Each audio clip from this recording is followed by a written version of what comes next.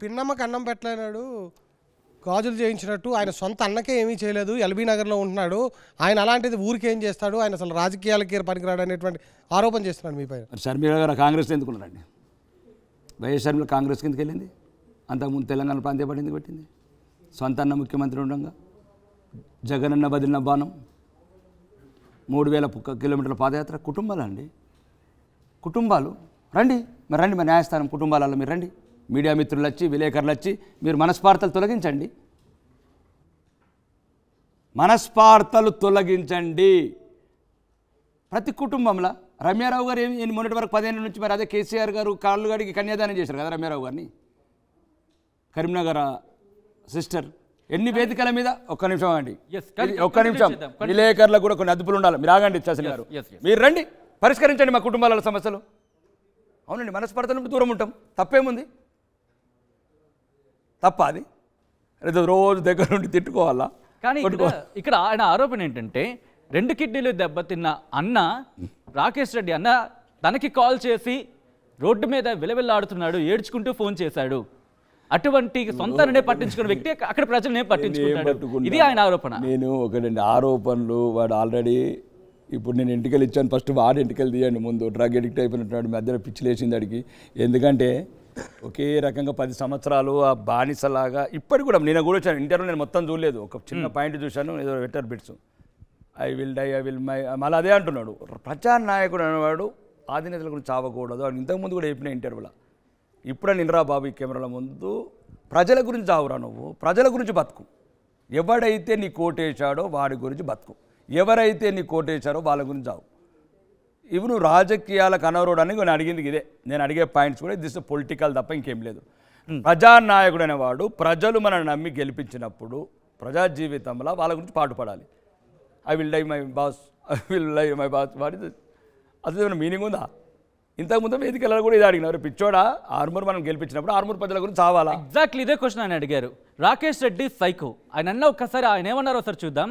Before that ఏంటంటే ఇదే question సంబంధించి ఆయన ఏమన్నారంటే రాకేష్ రెడ్డి ఒక సైకో అంటూ ఆయన చెప్పుకొచ్చారు ఇదే ప్లేస్లో ఇదే స్థానంలో నుంచని. ఒకసారి జీవన్ రెడ్డి ఏమన్నారో చూద్దాం.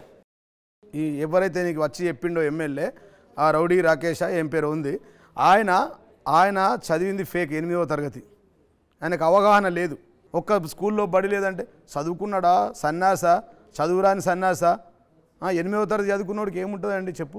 ఆయన చదివింది 8వ తరగతి, చేస్తున్నది స్మగ్లింగు,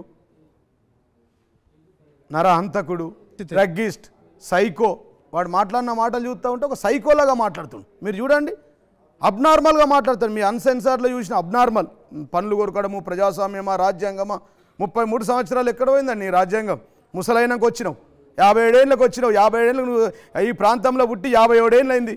నీ కన్న గ్రామానికి ఏం చేసినావు?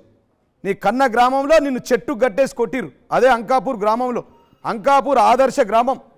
ఆయనను బడులు లేవు, బడులలో బాత్రూమ్ లేవంటే మరి ఎక్కడ పోతున్నారు పిల్లలందరూ? నీ సొంత గ్రామం అంకాపూర్ గ్రామం, ఆదర్శ గ్రామం.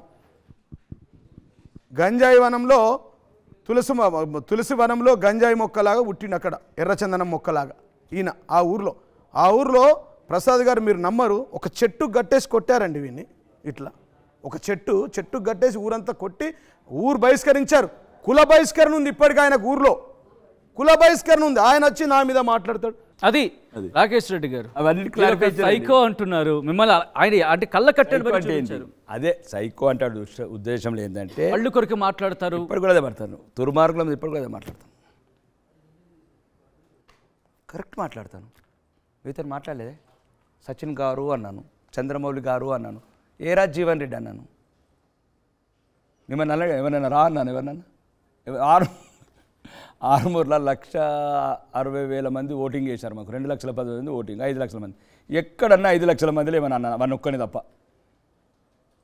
ఒక్కని కూడా ఎప్పుడు కూడా అనలేదు నీ భార్య అట్లా, నీ కూతుర్లు డ్రగ్స్ తీసుకుంటారు, నీ కూతుర్లు పబ్లలో పోతారు అని. పాపం ఆడబిడ్డలు, వాళ్ళని ఎందుకు నేను బదనాం చేయాలి? వాళ్ళ వ్యక్తిగత జీవితాలు, ఎదిగే బిడ్డలు, పెళ్లి కావాల్సిన బిడ్డలు. నేను ఎప్పుడన్నా నా స్పీచ్లల్లా ఎప్పుడన్నా కుటుంబం గురించి మాట్లాడానా? మీరు దయచేసి విలేకరుల మిత్రులు కూడా దీన్ని పడేదోని పట్టనీయకండి. ఒక్క నిమిషం, నేను ఎలక్షన్లో పోరాడిన వద్దులు దయచేసి నా స్పీచెస్ అన్ని తీయండి. ఎన్నడన్నా ఆయన భార్య గురించి మాట్లాడానా? ఎన్నడైనా కూతుర్ల గురించి మాట్లాడాను, ఆయన తమ్ముడు గురించి మాట్లాడాను. ఎందుకంటే అక్కడ ఇద్దరే ఇబ్బందులు. మీరు కాదు నేను ఏదైనా తప్పు ఆలోచించుంటే నా పరువు నష్టం దావేయండి. కాదు పబ్లిక్ ఒక నేను మాట్లాడిన తప్పనుకున్నాను ఎందుకు గెలిపిస్తారు? మరి నువ్వన్నీ ఇప్పుడు ఏవైతే టీవీలలో మీ అన్సెన్సిటివ్ నీకు ఇప్పుడే చూపించాను 6 నెలల కింద ఛానల్స్లలో ఏమేమి మాట్లాడిపించారు, వాళ్ళకి లీగల్ నోటీస్ కూడా పంపించాం ఎవరితోనైతే చేయించాడు. ఏ ఒక్క మాట పొల్లు పోకుండా అదేనా ఇప్పుడు ఇది మాట్లాడింది అంత ఇదేనా అంటున్నా. 6 నెలల కింద ఇప్పుడు అంతా మాట్లాడిన ఈ ఆరోపణలన్నీ 6 నెలల నుంచి మొత్తం వాట్సాప్ గ్రూపులల్లో, యూట్యూబ్ గ్రూపులల్లో, ఫేస్ టైం గ్రూపులల్లో, ఇంటర్నేషనల్ మొత్తం ఇవే తిప్పాడు. అయినా గెలిపించారు ప్రజలు నన్ను. మరి మా ఊళ్ళో కట్టితే 3,000 ఓట్లు వేసిండ్రు, మంచిది కదా మరి.